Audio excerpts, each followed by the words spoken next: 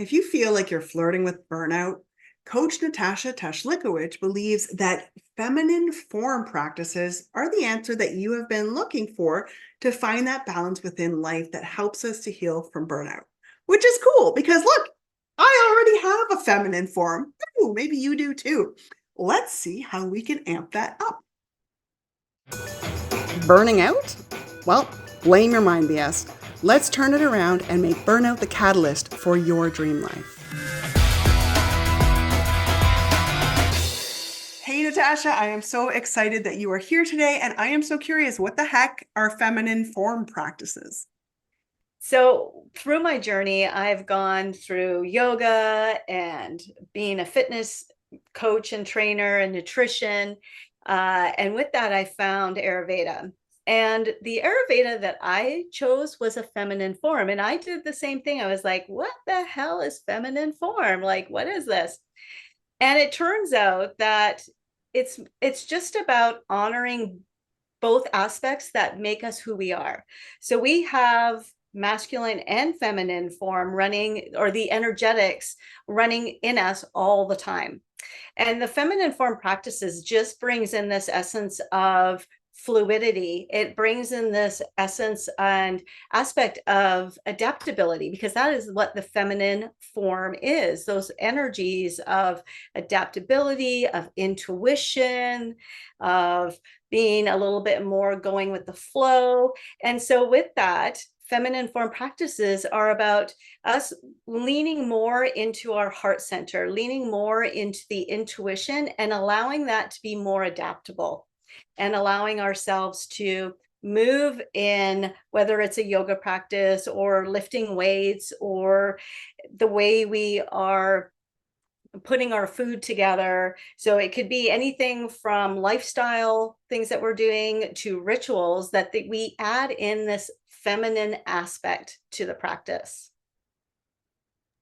So tell me about your journey. Like, what was life like before you found this? How did you come across this? And what's it like on the other side? Well, it started off with me getting into burnout. And my story started in when I was working at the YMCA within my community. And I was teaching like 29 fitness classes a week. And I got burnt out. And it was all about me getting into this aspect of doing all the time, and a to-do list. For those listeners that know a little bit about Ayurveda, I am really a pitta type person. So it's like, give me a to-do list, off I go. But what happens is that I kind of was missing that feminine ability to tap into, like I said, that adaptability, that place where there's a little bit more flexible within the schedule, so that it's not so rigid. Because when the masculine essence or energetics sort of takes the role and takes over, the structure, which we need structure. I always think of it like, and it's funny because my mentor shared this with me. I was like, that makes sense. And it was like, well, we need the masculine. When you think of electricity, we need that structure to be able to turn on the light. Voila, we have light, right?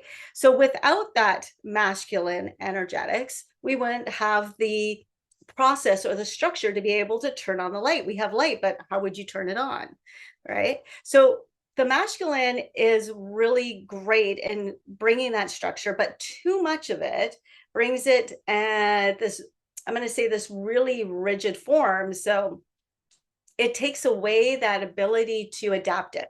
And that's what the feminine brought to me. That's what I found with it, is it allows me still to have, say, a list of things that I need to do, but it allows it to be able to flow. I can adapt it a little bit more when I bring in that feminine aspect. And also on top of that, I can listen to the intuition to double check and say, is this really aligned with what I need to do right now? Or can this sort of be put off to the side, and I can tap into that intuition to make sure that I'm doing what's aligned for me in the moment. That's really cool. I love that you've linked it to the masculine and feminine, and you're so clear on what the difference is. And I have to tell you that when I went through burnout, I recognized that I needed this, but I didn't know how. And so I went to like a minimalist approach. And one of the first things I had to do was write a to-do list and then only do one of the things on the to-do list. And my body and my mind went nuts. Like, why would I ever do that? If I have the option to do 5 things, like, why would I? And so I just love the way that you have framed this into the sort of power to choose and adapt. So if somebody wanted to get started on this right away, how would you guide them into that? Well, I think the first thing is just recognizing and being aware. And I think both of us know that, and for many of the listeners, that awareness is key. So once we bring in awareness of just realizing that we have these aspects, they're not just within us, they're all around us. Like, even though we would think the moon as feminine, it still has a masculine sense to it. It follows the structure of the moon phases. However, it adapts through those moon phases. The sun is very structured. It rises, what is it, in the west and sets in the east, something like that, right? It rises, I don't know what it Yeah, it's is. totally the other way around, but yeah, we got what you're saying. It's Yeah. the other way around. Yeah. Regardless, it rises on one side, it sets on the other. It never goes, oh, hey, I think I'm going to go rise in the north today just to throw everybody for a loop. Like, it doesn't work that way, right? So it's very structured, but within it, it still adapts to the seasons. So it's like everything has both of these qualities within it. And it just takes this moment of just being still and being aware of it. And to add on that, it's just to realize that with awareness, we have this essence of being and doing. And what I really like to teach is that we can still be in that aspect of doing, but also with the energy of being really in it. So it's when we have that to-do list, we're still checking off those things, but we are actually really being in that doing aspect. I'm not sure if I sort of made a mess of that or not, but hopefully that makes So sense somewhat. is that the difference then? Like, because when you're talking about awareness, I'm still not fully clear. Like, am I in masculine? Am I in feminine? And so are you saying that if I'm doing, I'm in masculine, and if I'm being, I'm in feminine? Yeah. So majority of the time when we are in the doing energetics, we are in that masculine because it's very structured. They call it a to-do list, very structured. Here is my list of things to do. What I'm saying is that with this awareness, we go into that aspect of taking action or doing, but still be present in the moment, because we can get really stuck in that place of just doing for the sake of doing without it really being embodied. For the like, let's for an example, say, doing self body massage, Abhyanga, taking some oil and putting it on your body and, really massaging it into the limbs of the body, the surface of the body, into the skin. So I can go through that and just go through the practice of doing it and really be distracted and not really being in the moment and just doing it, checking it off my list of things to do. What I'm bringing to the table is, what if we still did that, but brought in that feminine aspect of really feeling into the sensations of what we're doing and really being present in that moment of giving yourself a self massage or into Abhyanga, or it could be anything. It could be cooking your dinner, like really in the act of doing that. You bring in the senses and you smell the food, you taste it, feel the zucchini that you may be cutting, or, just bringing in the sensations of the senses into the doing. Okay. All right. This is seeming like it's making sense. And so if somebody starts doing this practice, what can they expect is going to shift in their life? What's the transformation? For me, and for what I want to create the movement of, is that we're shifting from burnout to ecstasy. And it's funny because when I looked this up, so burnout is really just being overwhelmed in that state of confusion, of frustration, of anger, and chaos. that's burnout, right? It's all that doing aspect and really and in almost in a place of stagnation in a way, where ecstasy is the overwhelming of joy and bliss. Oh, So it's this, interesting. yeah, it's the same side. It's the same coin on two different sides. It's Ah. the duality of this burnout and moving and shifting to ecstasy. And the way we can start doing that is start bringing more awareness of the dual aspects of the masculine and feminine. When we look at ancient texts, and I'm going to just go on a little bit of a tangent here, so bear with me. With the ancient texts of Ayurveda and with yoga, they speak about Shiva and Shakti. So Shiva being the masculine and Shakti being the feminine, Shiva being the masculine. And neither of them actually work unless they're together. Oh. Right? So it's all about this ability to have both, because we have both. They're all within our world. So when we bring both together in things that we're doing and what we're saying and the living of our life, we are bringing both aspects of the doing and the being, of the discipline and the commitment and the ability to surrender and let go, the ebbs and flows, just like water ebbs and flows. There's that essence of bringing both pieces of what makes us who we are and everything around us. Ooh, I love that idea of both pieces of what makes us who we are, right? Mhm. Because one of my big passions is figuring out who we are and getting back in touch with that person, right? Who we've maybe hidden for a long time. So tell me about how this has helped you get in touch with who you truly are. Oh, I love that question, because it's part of the feminine is about this essence of always evolving. And evolving takes this aspect of adaptability. I bring it back to that. So when we are adaptable, we are thriving. Because when we're stagnated, we're not able to move through and evolve or expand, because we're stuck right in that place. So the feminine brings in this aspect of evolution. It brings in this ability to create, to adapt. And with that, it brings, for me, it has brought me into this place of really tapping into my sense of being. And with that, the joy and the bliss that can come from doing almost anything. So it can be something that, it could be a task that you go, oh, I really don't want to do this.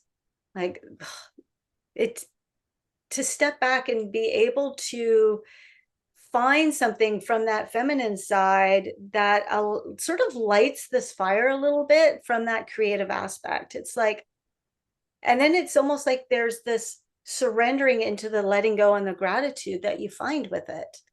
So it's about bringing in the wholeness of who we are. And I always like to say our holiness as bringing all those pieces that make us who we are.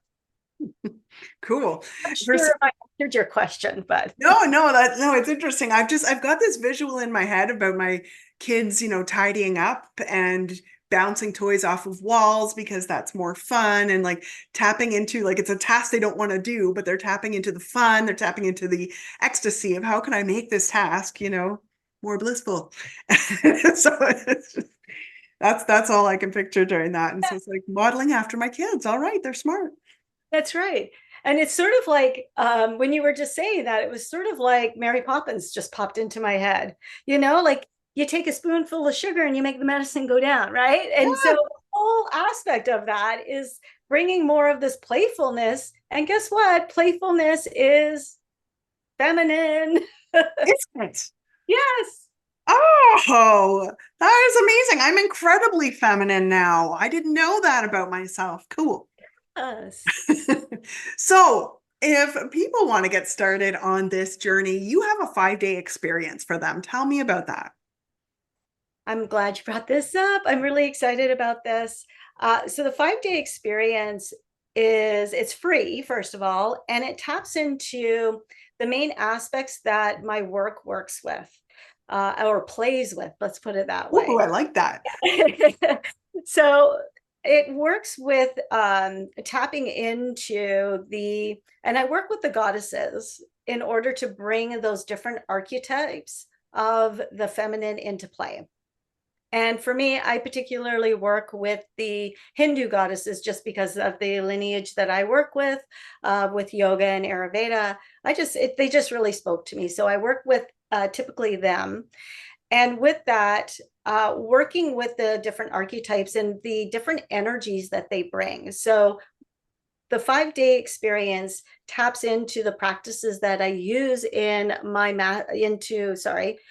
membership House of Shakti, which is meditation, movement practices that have music with dance and yoga put together, goddess activations or feminine activations, as well as rituals that we do every month that honor a particular goddess or a particular energy or energetics that we're working with that month. And also within that, we're working with the elements because the elements are really important. They're part of who we are. We hold all the elements within us as well as we attune to them outside into nature. Yeah, so the 5-day experience is broken up into all those different aspects that we bring into my membership, the House of Shakti. Fantastic. Well, I'm going to put the link to the 5-day experience in the description so that you can all access this and get that free resource. Now, I'm super curious about this goddess thing. Is it that we all have all of them within us, or that we identify most as one? How does that work? Oh, great question. And the answer is yes. We have aspects of all the goddesses in some form, just like we have aspects of, I always bring this back to Ayurveda because we have aspects of all the elements within us as well. So when we look at our body, our bone and our muscles, our structure is the earth. It's our foundation of who we are. The water, our blood, our fluid, the plasma, that's all the water element. The fire is our digestion and our inspiration, that light that radiates from us. The air is obviously the air we're breathing. It moves through us. It's something that just continues to move and shift through us. And then we have space or ether, which is we have space in between each molecule, each vertebrae. There's space, like the space that's within us is also all around us. So with that, very long story, very long answer to your question is yes, you have aspects of all the goddesses within you. And we can tap into any one of those archetypes, any one of those energies, whether it's Durga in leadership or Kali in that ability to really cut things away that you're trying to get rid of and release them fully, or from Lakshmi, the goddess of abundance and beauty and wealth. So we have all those aspects that we can tap into. Cool. Okay, one more quick question. How do you tap into those aspects? What does that even mean? Help me figure that out. If I wanted to tap into that wealth one, let's talk about that. Okay, how can you tap into abundance? So first of all, most of us know that abundance is linked to gratitude. So when we are already thankful for the things that we have in our life, when we can see the beauty in everything that's around us, there's this essence of joy, bliss, and gratitude. There's that essence of ecstasy, yes? So with that, we can tap into that sensation of what abundance feels like when we can see it already in our life. From there, this is where I know many people know the law of attraction. When we're putting that out there, it comes back to us. But I feel it goes even deeper in the sense that for abundance, we can actually look deep into our heart and feel what it is that we desire and be really clear on that. So if it's more money, and heck, who doesn't want a little more money in their life? So what does that look and feel like? And I would also say, are you ready for the responsibility to hold more money? Right? Because it is a responsibility. It is a stewardship. So it's not just the act of saying, hey, I want to have more money so I can go spend more money, because the way God, the goddess, they want us to make sure that we can hold the energy to be responsible and be a steward of that money. So what do you need to do in order to step up to be responsible to hold that more money, the responsibility to make more decisions, because more money equals more decisions. Ah, okay. Very cool. I love that description. So, as people start on their journey into discovering their feminine form, do you have any last words of wisdom for them? Have fun. Have fun with it. That would be the biggest thing I would say, is have fun with it, because that's what we're meant here to do. We are meant to live on this plane on earth with this sense of playfulness and fun. We are meant to be living our lives in this sense of an energy of ecstasy, of bliss and joy, of overwhelming bliss and joy, peace, all of those things. We are meant to be in that place. And one way to get started is have fun, be playful, and start looking around for things that you can be really grateful for. Because when you start there, everything else starts to, I believe, starts to fall into place. Fantastic. Those are amazing words of wisdom. So thank you so much for joining us today, Natasha, and I hope to see you again soon. Thank you. Oh, me too. Thank you so much for having me. Hit subscribe and let's see if we can make life balance the norm. Where is it? Where is that ecstasy? Is it in one of my crystals? No, it's in